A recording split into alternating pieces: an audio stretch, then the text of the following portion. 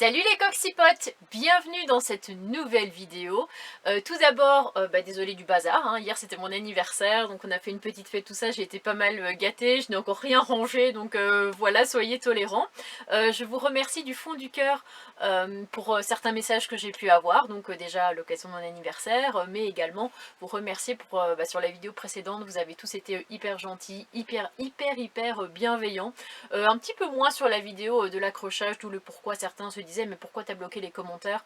Simplement voilà, je préfère bloquer les commentaires, je crois que c'est la première fois que ça arrive sur une vidéo, mais il y avait tellement de méchanceté dessus que voilà, je préfère limiter. Mais dans la dernière vidéo, c'est vrai que j'ai essayé de réparer le camping-car un petit peu comme j'ai pu. Je vous redirai dans cette vidéo, donc vous le verrez, est-ce que ça a tenu, est-ce que ça n'a pas tenu lorsque j'ai commencé à rouler. Je vais vous parler de quelque chose que j'ai appris il n'y a pas longtemps, qu'on m'a entre guillemets, je dirais quand même caché, parce que j'avais posé plusieurs fois la question, je n'ai jamais eu de réponse à ce sujet, pendant quand même un an. Au sujet de quoi? Au sujet de Coda, vous le verrez. Ensuite, eh bien écoutez, c'est l'arrivée dans le Jura. Annabelle heureuse comme jamais d'enfin y arriver, parce qu'avec l'accrochage que j'avais eu, je me suis dit je vais jamais pouvoir aller dans le Jura et profiter. Enfin, je me faisais tellement une joie d'y aller que j'étais archi dégoûtée. Donc vous imaginez ma joie au moment où j'ai passé le panneau et que j'ai vu Jura. Ah, j'étais trop contente. Et donc on commence déjà un petit peu les visites là-bas, des cascades, etc. Je vous laisserai avec les images, je n'en dis pas plus pour le moment. En attendant, les coccypotes comme d'habitude, le petit pouce bleu qui fait plaisir, le commentaire également, et puis rejoignez-moi sur Instagram, Annabelle la coccinelle, si ce n'est pas encore fait, et si vous voulez des nouvelles un petit peu plus au jour le jour, parce qu'effectivement, et je ne cesse de le dire, il y a un petit peu de décalage entre la réalité et les vidéos. Voilà, et bien je fais de gros bisous. Et puis, bon visionnage. Salut, salut. Ça y est, regardez, j'ai repris la route avec mon épave roulante. Hein. Le scotch que j'ai mis tient pour le moment. Juste ici au niveau du plancher, celui que j'avais mis, c'est plus que moyen. Mais bon, c'est vrai que comme le bois était pourri, ça collait pas forcément bien. Mais sinon, pour le reste, j'ai regardé les petites planches que j'ai mis, les petites protections. Je peux vous dire qu'avec la couche de silica que j'ai mise, c'était pas prêt de se décoller. Donc c'est plutôt une bonne nouvelle. Et là je me suis dit pour changer un petit peu des problèmes, des pleurs, de tout ce que vous voulez, même si à mon avis maintenant il y en aura beaucoup moins. J'étais en train de regarder ici parce qu'il y en a qui ont déposé des tonnes de vêtements, mais avec la pluie qu'il y a eu c'est peut-être pas fifou. Et je vais vous emmener au Marmite des Géants, ça s'appelle.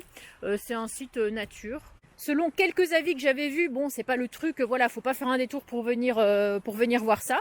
Mais en tout cas, c'est sympa. Et en plus, je voulais pas filmer, mais j'aurais dû trop le faire. Avant d'arriver ici, on s'est arrêté, mais totalement par hasard, au niveau des pertes de la Valzerine. Et je pensais, en fait, j'ai vu le panneau pour tout vous dire.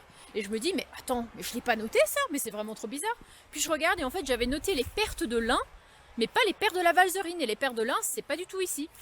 C'est dans le Jura, je crois que c'est dans le Jura, en tout cas c'est là où je vais aller.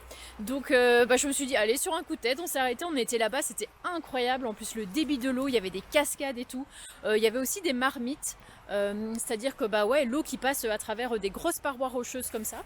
Oula, bon des fois vous me voyez, des fois vous me voyez plus, c'est tout à fait normal. Avec la caméra on va dire que c'est normal, hein. Vous avez peut-être même pris l'habitude avec le temps. Et donc ici c'est un petit peu le même concept, c'est c'est de la roche qui est grâce à l'érosion, on va dire, de l'eau, a fait que ça fait des espèces de trous et ça fait un petit peu comme si on se retrouvait sur la Lune. Donc c'est quelque chose qu'on voit pas partout. Bon du coup, je pense qu'il n'y aura pas de marmite parce que la route est barrée. Je me suis dit ça vaut peut-être que pour les voitures et même pour les piétons, il n'y a pas moyen vraiment de passer. Peut-être en contournant par ici. Mais là-bas, il faudrait enjamber une barrière, plein de pics. Et pour Coda, c'est juste pas possible. Donc écoutez, il n'y aura pas de marmite, hein, voilà. Je vous ai fait languir un petit peu pour quelque chose que finalement on ne verra pas.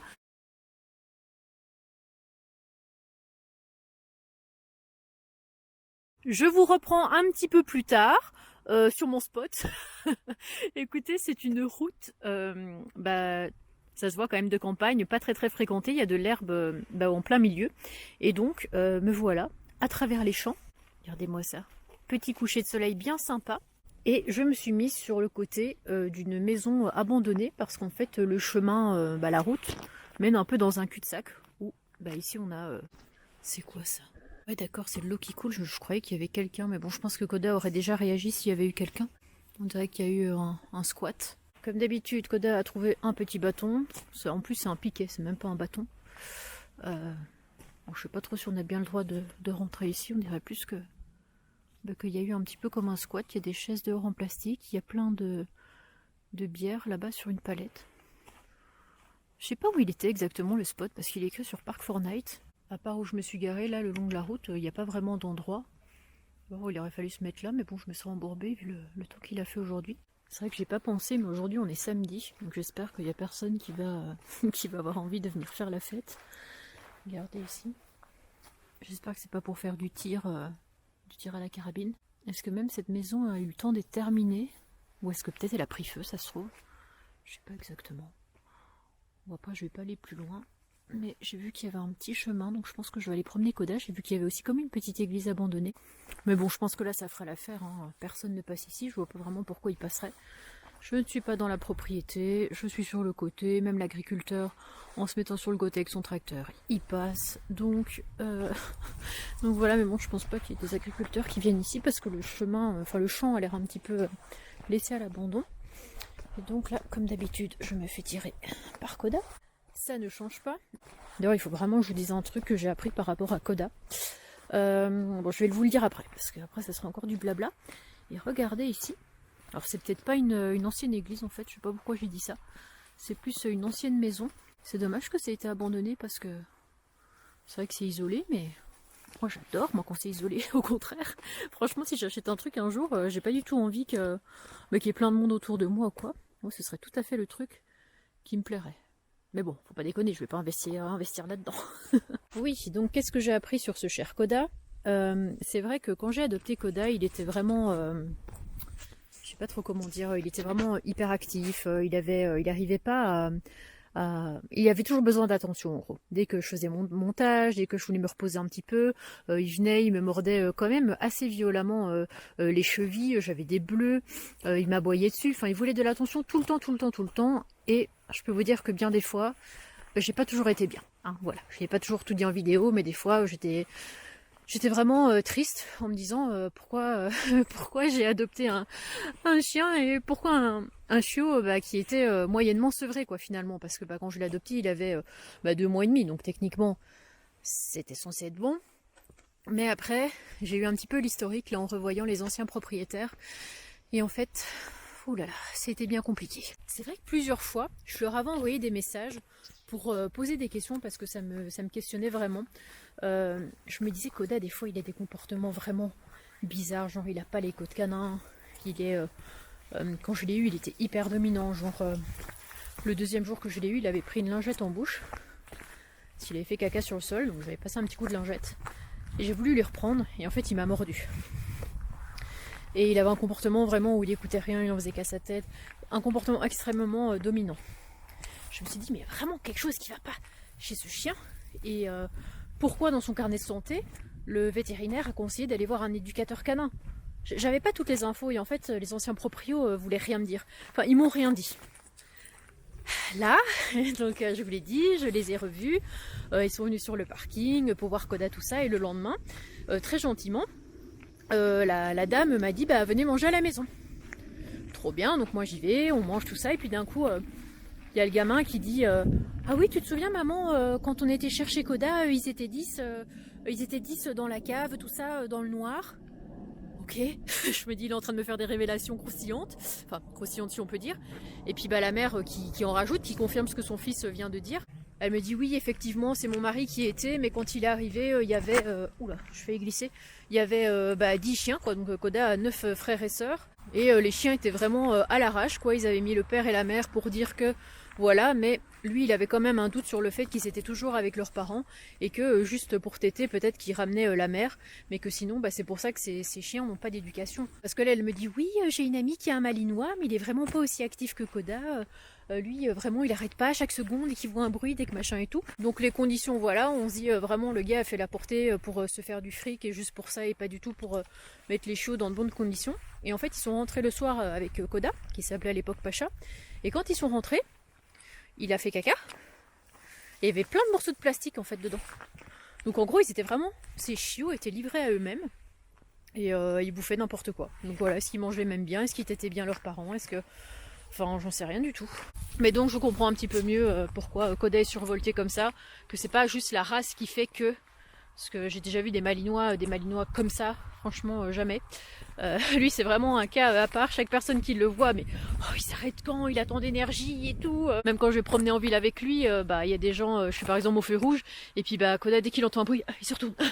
Il est vraiment comme ça, mais genre tout le temps. Et la femme, il y a une femme qui passe à côté, elle dit ah bah donc il est aux aguets. Je dis bah oui, c'est même des fois fatigant parce que regardez-le là. Voilà, ça c'est mon quotidien. Il a senti un truc et il est en train de partir je ne sais où. Regardez-le, il est comme un malade. Hop, il est sur une piste, il sent plein de trucs. C'est vrai que si j'ai un conseil à vous donner, bah ne faites pas comme moi. Ne prenez pas un animal chez un particulier. Surtout un animal, on va dire, de race. Qu'est-ce qu'il fait comme ça? Prenez-le dans... Bah, à la SPA, franchement, c'est le top. Hein. Ce serait le mieux à faire. Mais sinon... il faut vraiment que l'élevage soit fait, on va dire, dans de bonnes conditions. Et là, pour le coup, bah, c'était pas du tout le cas. Ça y est les coccypotes, je suis dans le Jura. Ça me fait trop bizarre, là je viens de voir le panneau. Je voulais absolument sortir la caméra en temps pour pouvoir qu'on passe le panneau ensemble, quoi, de manière symbolique. Malheureusement j'ai dégainé la caméra un petit peu trop tard, mais bon, vous pouvez me faire confiance, nous sommes dans le Haut-Jura. Je me dis c'est fou quand même, entre le moment où au mois de juillet je me suis décidée à me dire tiens, en août, septembre, octobre, je fais les Alpes. Donc les Alpes, les Hautes-Alpes, Haute-Savoie, Savoie. Je sais pas si l'Isère fait partie des Alpes par contre, mais bon c'est à côté et puis bah, c'est tout aussi joli. L'Ain et puis le Jura.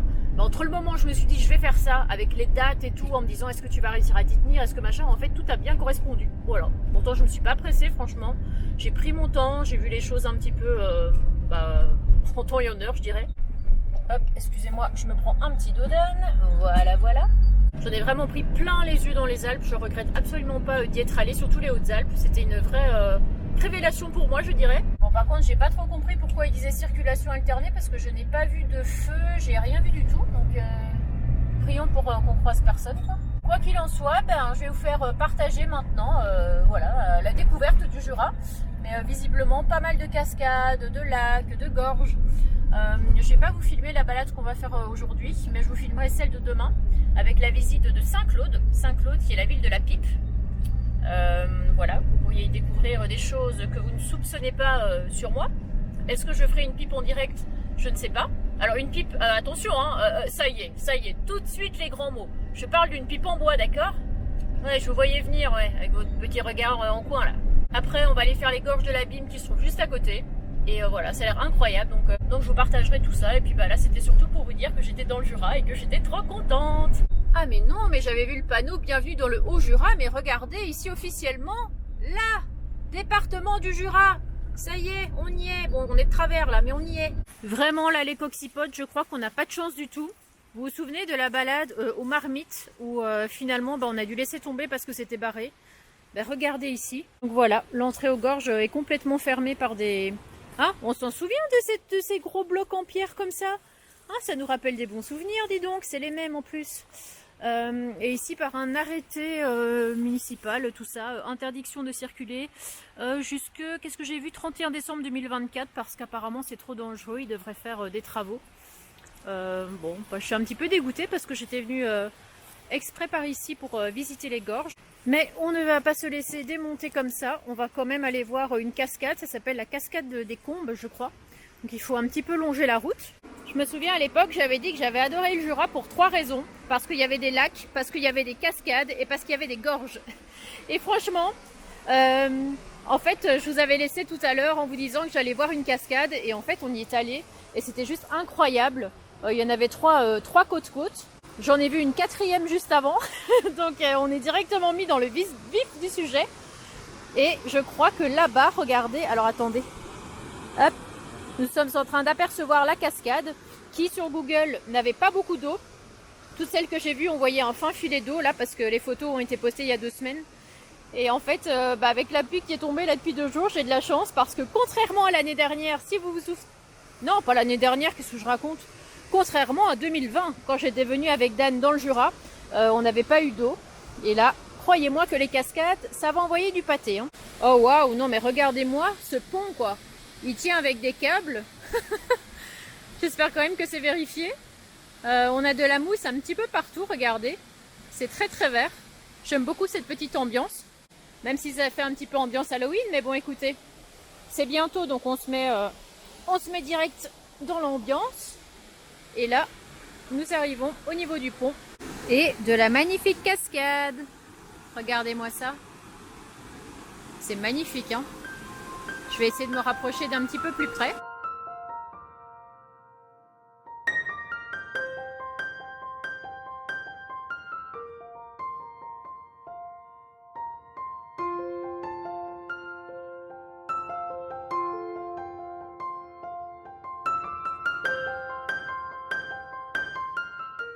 Bon, finalement, écoutez, on s'est pris à la balade. Il y a se prendre au jeu et se prendre à la balade. Mais écoutez, ça m'arrive assez souvent ce genre de truc. Et donc, on suit un petit peu le long de l'eau. C'est pas des gorges, mais je trouve que malgré tout, ça reste plutôt sympa, plutôt apaisant. Regardez avec les couleurs de l'automne, hein, les feuilles qui sont tombées. Et Koda qui se baigne. Voilà, tout va bien. Ça va? Lui, tant qu'il est dans l'eau, je peux vous dire que ça va toujours. Pars pas avec le courant, hein.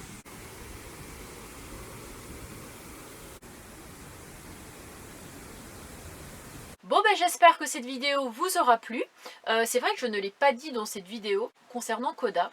Je vous ai dit que voilà, il était très très dominant, qu'il avait des comportements très bizarres. Quand je le promenais des fois, il me mordait les chevilles, j'avais des bleus au niveau des mollets, il m'aboyait dessus à n'en plus finir, j'en avais peur alors que c'était un petit machin de, de 3-4 mois quoi. Il déchirait mes vêtements, il avait déchiré des t-shirts, des manteaux à Aaron. Je me suis dit waouh quoi, qu'est-ce que j'ai fait? Et également, encore une fois, quand je suis allée chez les anciens propriétaires hein, qui l'ont gardé, je sais plus si je l'ai dit dans la vidéo, mais ils ne l'ont gardé qu'une semaine ou une semaine et demie. Pourquoi ils en sont séparés? Je crois que je n'aurai jamais la réelle réponse. Selon eux, c'est parce qu'elle n'aimait pas les chiens et lui n'avait pas le temps avec son travail de s'en occuper. Est-ce que c'est les vraies raisons? Est-ce qu'ils se sont aperçus que des fois il avait des comportements pas terribles avec les enfants? Parce qu'ils ont été capables de me dire que parfois ça arrivait à Koda de mordre les enfants. Est-ce que c'est pour ça aussi? Je ne sais pas. Clairement dans ce qu'ils m'ont décrit, la manière dont ça se passait, qui partait toute la journée au travail, qui partait à, je sais pas, à 7 h du matin, qui revenait à 20 h, et que Koda était enfermé, dans le garage, je crois, tout seul dans le noir, comme ça toute la journée. Apparemment, il aboyait beaucoup selon les voisins. Je me dis, je suis tellement heureuse de lui apporter une vie comme je lui apporte là, et que ce n'est pas une vie pour un chien, et encore moins pour un malinois. Enfin, aucun chien n'a droit à ça, d'être comme ça tout seul toute la journée pendant que les maîtres ne sont pas là. Il faut vraiment être conscient que quand on prend un chien, c'est pour s'en occuper et c'est pas pour le laisser tout seul toute la journée. Enfin, en tout cas, moi, c'est ma vision des choses, même si on ne sait pas de quoi l'avenir est fait. Et là, maintenant, comme vous le voyez, Koda, il est tout le temps avec moi, sauf quand je vais faire mes courses, bien sûr, hein, et il faut bien, sinon je crois que je le prendrais même avec dans ces conditions-là. On fait des balades de fou, des randos de l'extrême, on joue, je lui apprends des trucs, enfin, il a vraiment une vie de chien, une vie heureuse, quoi. Et pour ça, je regrette vraiment pas de lui offrir cette vie-là.